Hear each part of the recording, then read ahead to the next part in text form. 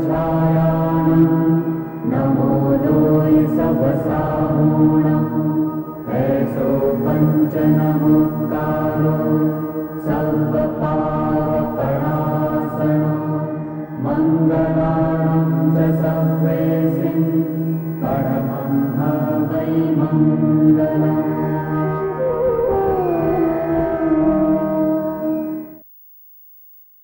तप्त मानस शांत हों जिनके गुणों के गान में, वे वर्धमान महान जिन विचरे हमारे ध्यान में। 12 भावनाओं में बोधि दुर्लभ भावना की चर्चा चल रही है, जिसमें अभी तक 2 व्याख्यानों में ये बात स्पष्ट की कि निगोद से निकलकर इस मनुष्य पर्याय तक हमारा आना कितना कठिन था, कितना दुर्लभ है ये, और हमें ये महा मुश्किल से ये मनुष्य की पर्याय मिली है, तो हमें इसका सदुपयोग करना चाहिए। अब ये बात स्पष्ट होने पर एक प्रश्न खड़ा होता है कि अनित्य असरण आदि जो भावनाएं थीं, उनमें तो आपने संयोगों को अनित्य बताया, असरण बताया, असार बताया, अपने से भिन्न बताया, और उन पे से दृष्टि हटाकर अपने आत्मा पर दृष्टि लाने की बात की।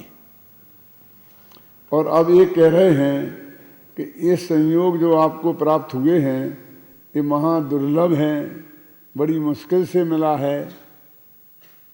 तो ये संयोग हमको तो छोड़ने थे, इसमें मिलने की दुर्लभता की बात क्यों करते हैं?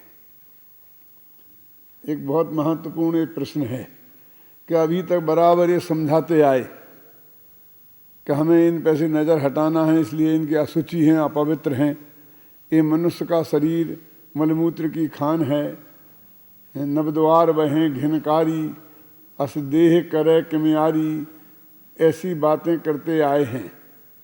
और अब उसी मनुष्य भव की प्राप्ति की दुर्लभता की बात कर रहे हैं। तो हमारे लिए हम क्या समझें? ये संयोग बड़ी दुर्लभता से मिले हैं, तो मिल गए तो अच्छी बात है कि इन पे से दृष्टि हटानी है? ये प्रश्न। तो ये कहते हैं देखो, अभी तक जो बात थी अनित्यता की, असरणता की, असारता की, वो उन संयोगों की बात थी कि जो हमारे 5 इंद्रिय के विषय भोगों में लीन करने में कारण थे, और उनको हम उस कारण से प्राप्त करना चाहते थे, और उनसे हमें विरक्ति दिलानी थी, इसलिए उनका इस प्रकार का चिंतन किया। और अब इस बोधि दुर्लभ भावना में उन संयोगों की बात कर रहे हैं जो हमारे आत्मा के कल्याण में निमित्त हैं, अथवा जिसमें हमारे आत्मा का कल्याण संभव है। तो अभी उस मनुष्य पर्याय की जो चर्चा है कि जिसमें हम अपने आत्मा को समझकर सम्यक दर्शन ज्ञान चारित्र को प्राप्त करके सच्चे सुख को पा सकते हैं, और इस मनुष्य देह को भोगों में उलझाकर खराब कर देना ये अच्छी बात नहीं है, इसकी हमें कीमत करनी चाहिए। तो दोनों दृष्टिकोणों में बहुत बड़ा अंतर है। एक दफे उन संयोगों में जब हम जमते रमते हैं और 5 इंद्रिय के भोगों में उलझते हैं, तो वहाँ उनसे हटाने की हमारी इच्छा होने से आचार्यों की उस तरह का निरूपण किया गया है। और यहाँ भी इस मनुष्य पर्याय की दुर्लभता बताने का उद्देश्य मात्र इतना है कि निगोद से निकलकर यहाँ तक आना हमारे हाथ की बात नहीं है, और बहुत ही रेयर केसेज में ऐसा होना संभव है, होता है। इसलिए हमें इसकी कीमत करके इसे आत्म कल्याण में लगाना चाहिए। तो इनको दुर्लभ बताने का ये उद्देश्य है। अब दूसरी बात ये रहती आ जाती है कि जब हम कहते हैं कि बहुत दुर्लभ है और इससे हमें उपयोग करके फिर ये कहते हैं कि मनुष्य पर्याय तो हमने पाली, कितनी ही दुर्लभ हो, लेकिन जो चीज़ हमने पाली अब उसकी दुर्लभता की चर्चा से ज़्यादा क्या फायदा है। पहले तो हम इस मनुष्य देह की कीमत नहीं कर रहे थे और इसे 5 इंद्रियों के विषयों में वैसे ही बर्बाद कर रहे थे, तो उसकी कीमत बताई। और अब ये कहते हैं कि कोई आदमी ऐसा कहने लग जाए कि मनुष्य गति, ये अच्छी अनुकूलता, स्त्री पुत्रादि की अनुकूलता, रुपया पैसा अथवा हमें प्रतिष्ठा, बड़ा पद, राजपद हमें मिल गया है, तो फिर इसको हमें आप पूरा मजा क्यों नहीं लेने दो, न मालूम कब चला जाएगा और इतनी मुश्किल से प्राप्त हुआ है। ऐसे चिंतन में ये आदमी जाने लगा तो उसे बताया कि भाई साहब, हमने ये बात इसलिए बताई थी कि इस मनुष्य भव में वो अनंत अतीन्द्रिय आनंद की भी प्राप्ति की जा सकती है।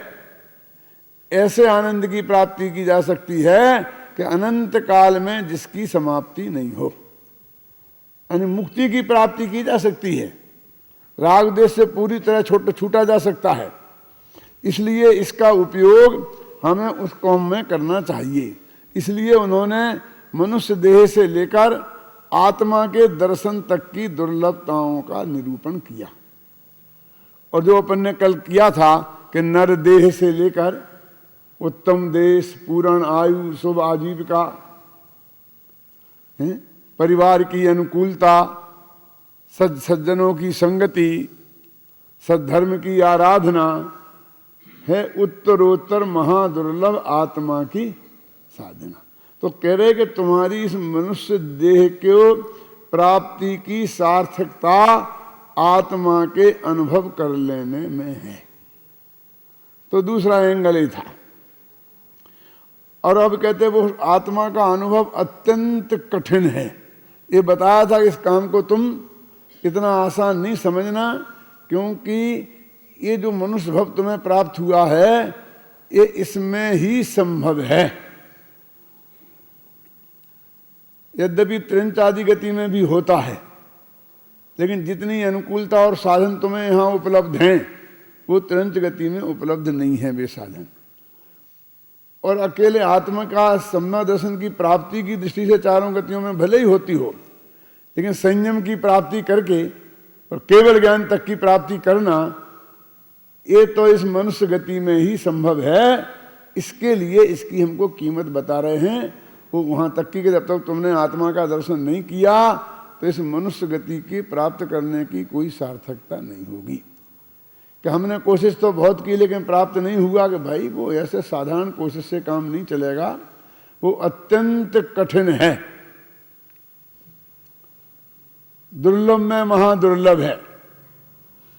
जब ये बात बताई तो उसे न लगे इतना कठिन काम है, तो मैदान छोड़ के भागने लगा कि भैया हमसे तो नहीं होगा, ये काम हमसे तो नहीं होगा, छोड़ा, हम ऐसी काम करें कि जिसमें बार बार असफल हों, ऐसा काम हम करना ही नहीं चाहते। जैसे तुम विद्यार्थियों में होता है ना कि अपन कहते कि भाई देखो इतना आसान नहीं है पास होना, बहुत मुश्किल है, ये पढ़ाई कोई साधारण पढ़ाई नहीं, लघु सिद्धांत कौमुदी, पसीना निकल जाएगा। तो जब उसको इसलिए कहते कि वो आलस करता है और पढ़ता नहीं है, तो उसकी महिमा कठिनाई बताते हैं। और जब वो घबरा कर मैदान छोड़ के भागने लगता है तो कहते नहीं नहीं ऐसी बात नहीं है, मेहनत करने वाले के लिए कुछ भी कठिन नहीं है। तो उसे दूसरे एंगल से समझाने लगते हैं। तो एक एंगल इन बोधि दुर्लभ भावना में इससे उल्टा है, और जिसकी चर्चा मैं आज आपसे करना चाहता हूं। देखिए, एक पंडित जयचंद जी छाबड़ा हुए हैं 200 वर्ष पहले इसी जयपुर में, जिन्होंने समय सार की टीका लिखी है, भाषा टीका। उन्होंने 12 भावनाएं लिखी और उसमें बहुत स्पष्ट शब्दों में लिखा कि बोधि आपका भाव है, निश्चय दुर्लभ नाही, जग में प्राप्ति कठिन है, यह व्यवहार कहाई। के कहते भाई बोधि माने रत्नत्रय, ये तो अपने आत्मा का स्वभाव है। बोधि आपका भाव है, इसलिए निश्चय से हम विचार करें तो ये बिल्कुल कठिन नहीं है।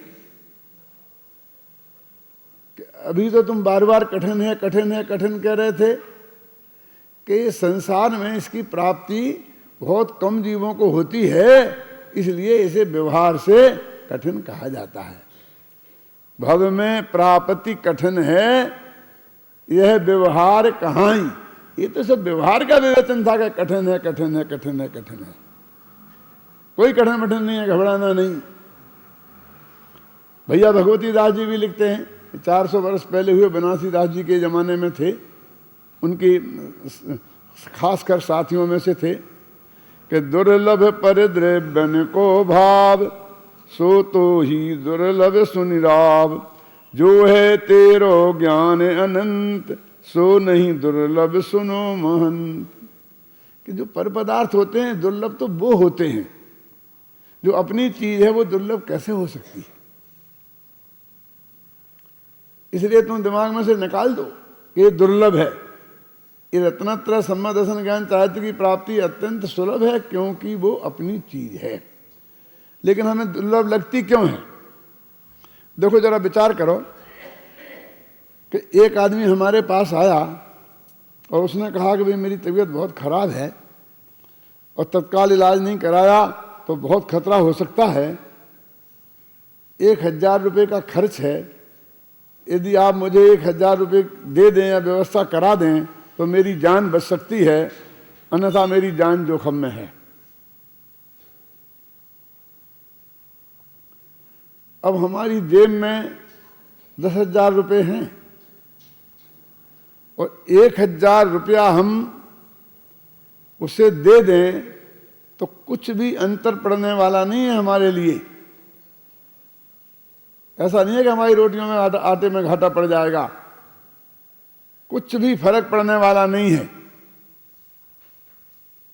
तो मैं आपसे पूछता हूं कि उसे 1000 रुपया दे देना कितना आसान है। लेकिन वो कहता है भाई साहब आपकी बात मैं समझ गया और आपको बहुत जरूरत है, ये भी मेरे ख्याल में आ गई बात। आज शाम को सभा में आ जाना, मैं प्रवचन करता हूं तो वहां मैं तुम्हारी बात सबके सामने रखूंगा और तुम्हारी व्यवस्था हो जाएगी।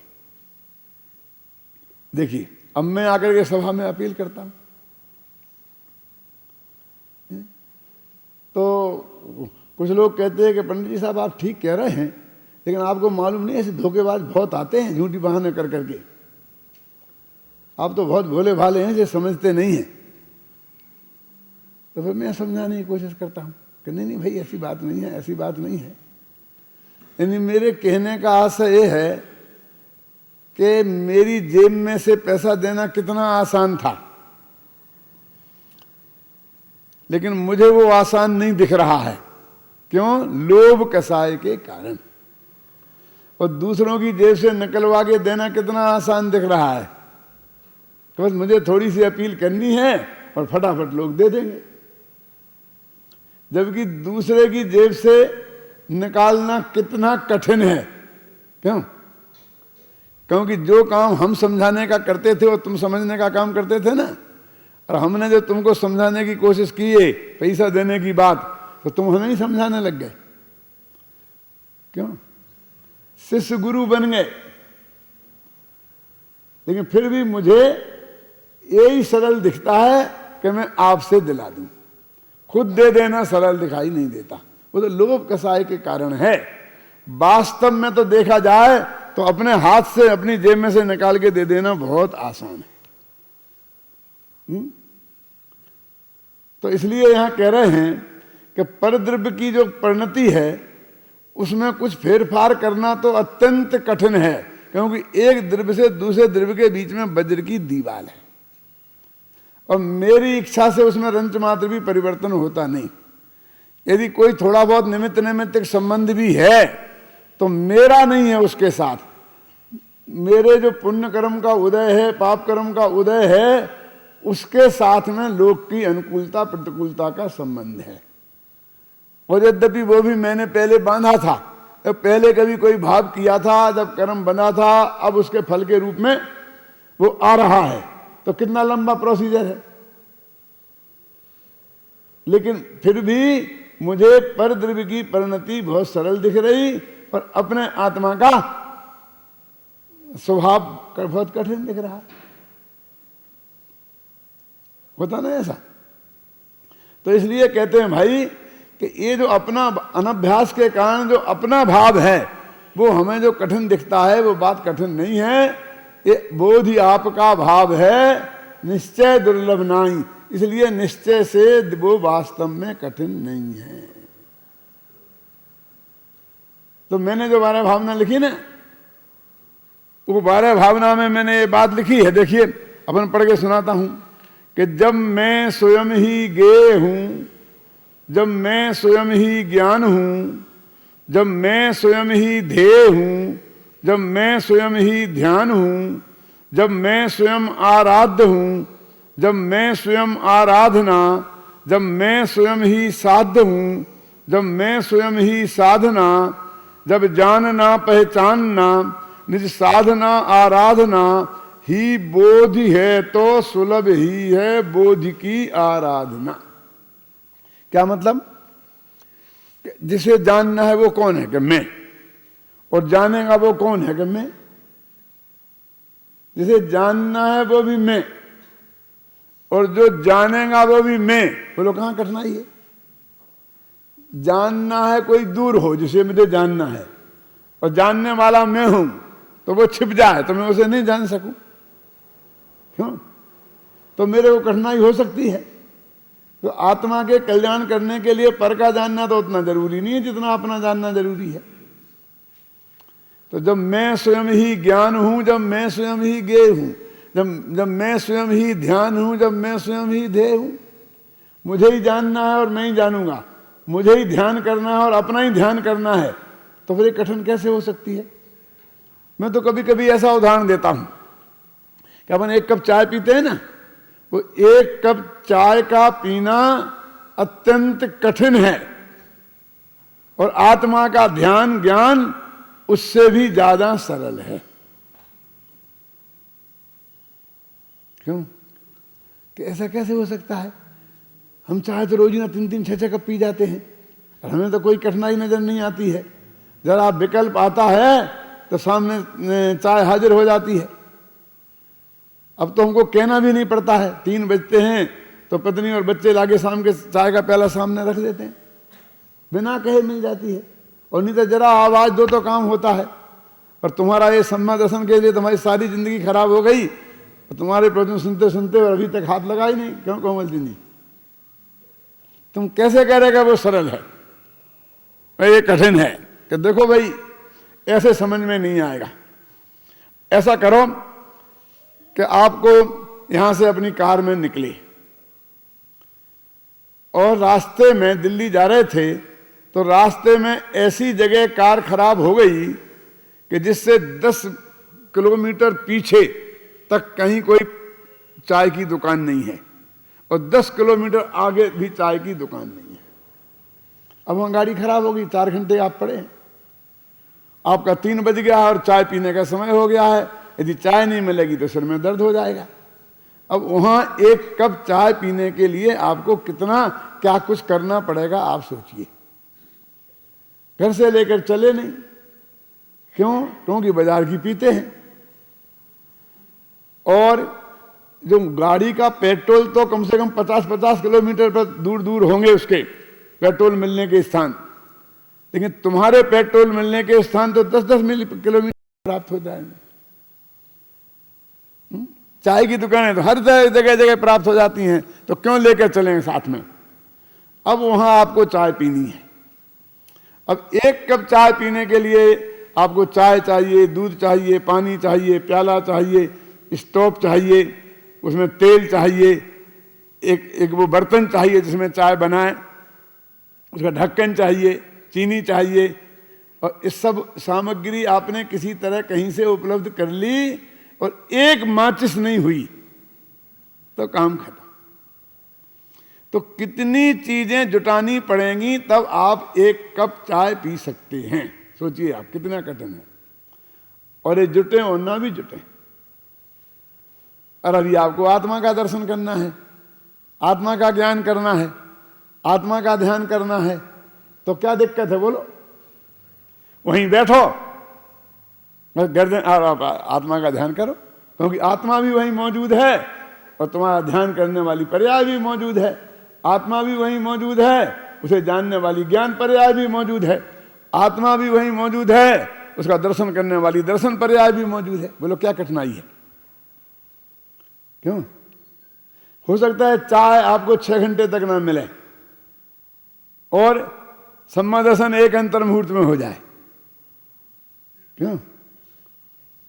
और दूसरे अंतर मुहूर्त में केवल ज्ञान हो जाए। हो सकता है? बोलो सरल क्या है और कठिन क्या है?